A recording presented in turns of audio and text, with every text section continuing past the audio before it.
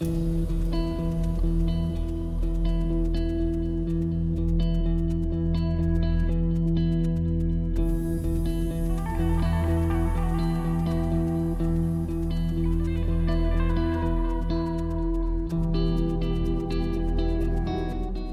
students, I am Bhanu Pratap Chaudhary, working as assistant professor in the Department of Electronics and Communication Engineering at Maharashtra University. The topic that I will be discussing today is an insight to electronic design and especially focused on VLSI. So when I said VLSI, the first thing comes to our mind, what is VLSI? Why we need VLSI? What are the uses of VLSI? And what are the future challenges and job prospects if we are looking for a career in VLSI. So in this discussion, these points will be discussed one by me, obviously. So this VLSI is basically a very large scale integration. It is basically the process of integrating or embedding hundreds of thousands of transistors on a single silicon semiconductor microchip. The VLSI technology was conceived in the late 1970s when advanced level computer processors, microchips were under development. VLSI is one of the most widely used technologies for microchip processors, integrated circuit or you can say IC and component designing. It was initially designed to support hundreds of thousands of transistor gates on a single microchip, which as of 2012 exceeded several billions. So you can guess the complexity of number of transistors. All of the transistors are markedly integrated and embedded within a microchip that has shrunk over time but still has the capacity to hold an enormous amount of transistors. The first 1 megabyte RAM was built on top of VLSI design principle and include more than 1 million transistors on its microchip die. As we have seen that VLSI is a technology by which 10,000 to 1 million transistor can be fabricated on a single chip. Now again the question can arise that what is the necessity for fabricating that many of transistor on a single chip? Okay, so if we talk about the olden days, during the vacuum tube era, the size of electronic devices were huge and they required more power, also they dissipate more amount of heat and were not so reliable also. Their reliability was questionable. So there was certainly a need to reduce the size of these devices as their heat dissipation. After the invention of solid state devices, the size and the heat produced by devices were undoubtedly reduced drastically. But as the days passed, the requirement of additional feature in these electronic devices increased. Okay, and which again made the device look bulky and complex. And this possibility or this opportunity gave birth to the invention of technology which can fabricate more number of components on a single chip. As the need of additional features in electronic devices arises, the growth of VLSI technology has improved. And VLSI is mainly classified in two categories. You can classify it broadly in these two categories like VLSI backend, which basically include route, placement, floor planning, and basically this backend includes development and fabrication part. It is too costly and time consuming process. Physical design and layout refer to the backend. The second prospect is the VLSI front end, and the VLSI front end include designing and testing part.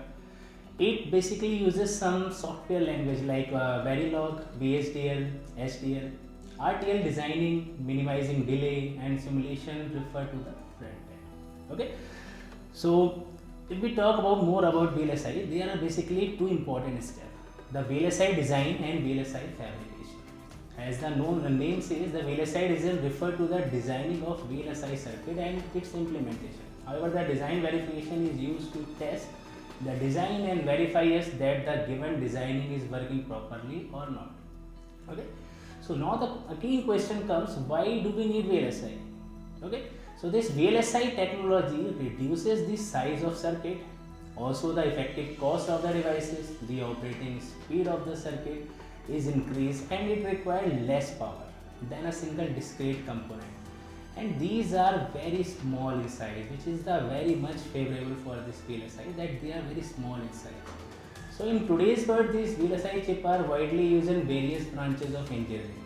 So if you take a simple example of communication field, where one of the most characteristics of information service is their increased need of very high processing and bandwidth. The other important characteristics is that the information service tends to become more personalized, which means that the information processing device must be more intelligent and also be portable to allow more mobility.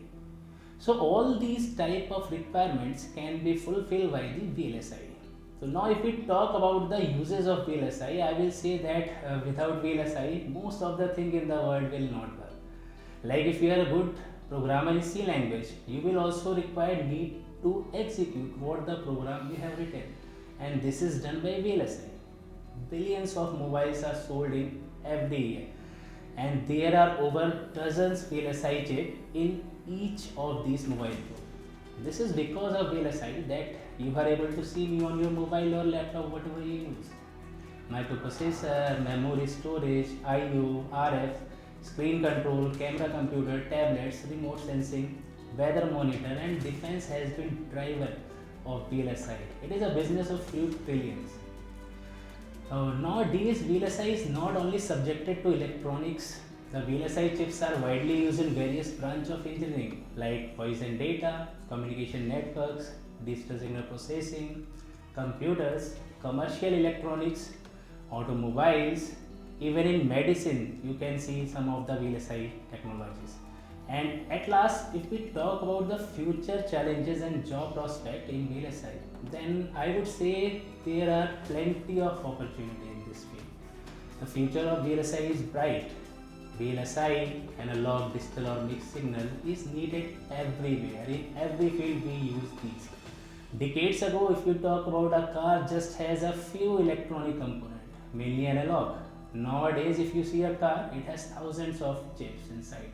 Nowadays, automation and smart devices are the future.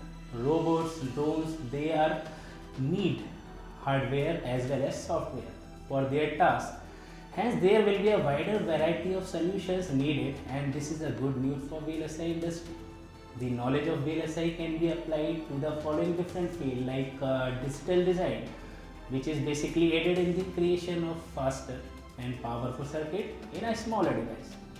Again, you can use your VLSI knowledge in ASICs, and these ICs are designed for special purpose. They are designed to perform specific tasks like image compression, signal filtration, etc. Similarly, system on chip, these are very high complex mixed signal circuits. SoCs actually has both the analog and digital signals on one chip. Example of SoCs include network processor chips and wireless radio chip, all falls under SoCs. Again, the uses of VLSI can be on reconfigurable computing. These are specially fabricated devices called FPGAs. Okay, so these devices are programmed to act like normal electronic circuit. They do not require microcontroller. That is the best thing. They are designed to run with double EEPROM inside. So if you are passionate as electronic engineer, making a mark for yourself won't be a very difficult. Some of the works you can do in the industry include layout engineer. Working as a layout engineer, you will be given responsibility of designing the layout of digital and analog circuits of a chip. Like it can be oscillator, it can be some references, it can be analog digital converter, it can be reverse of analog digital converter, it can be PLL, it can be power management module, it can many of the things it can. Similarly, you can get an opportunity to work as a physical design engineer, and if you are working as a physical design engineer, you will be responsible for physical design of complex digital circuits such as ASICs and system on chips or sub-blocks. Okay. Again, you may have a possibility to work as an ASIC verification engineer, where your responsibility will be to validate IPs and sub-block of RTL code used in digital ASIC or system on chip. Again, further possibilities can be like a test engineer, where you will be working on design to test for noise, speed and general performance. Your duty is to ensure that every design meets the required specifications and standards. Again, the possibilities can be like RF engineer. As a RF engineer, you will be doing task of designing wireless modules, RF amplifiers and antennas, embedded system software training.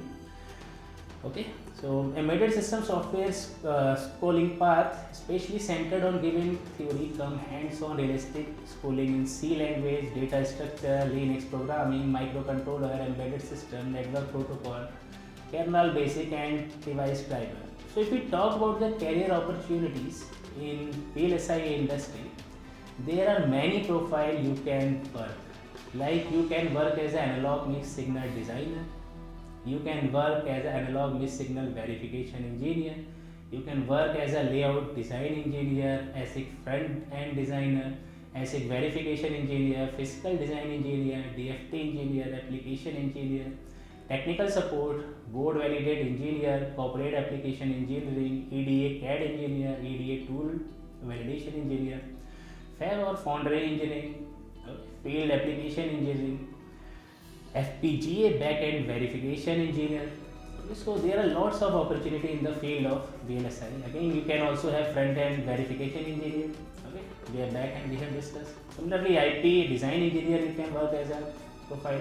Verification engineer, IP verification engineer, library developer, the physical design verification engineer, product application engineer, reliability engineer. However, these vertical, whatever I have taught, effort require specialized skills and understanding across the industry. If we talk about the artificial intelligence and machine learning, it is yet to reach VLSI. So a lot of going to change when it start integrating. Okay. So I will suggest that you can opt for the career choice as electronic and computer engineering and further pursue master and PhD depending upon your choice. Okay. So in case of any further query, feel free to mail. My email ID is bhanu@mru.edu.in. At last, I would like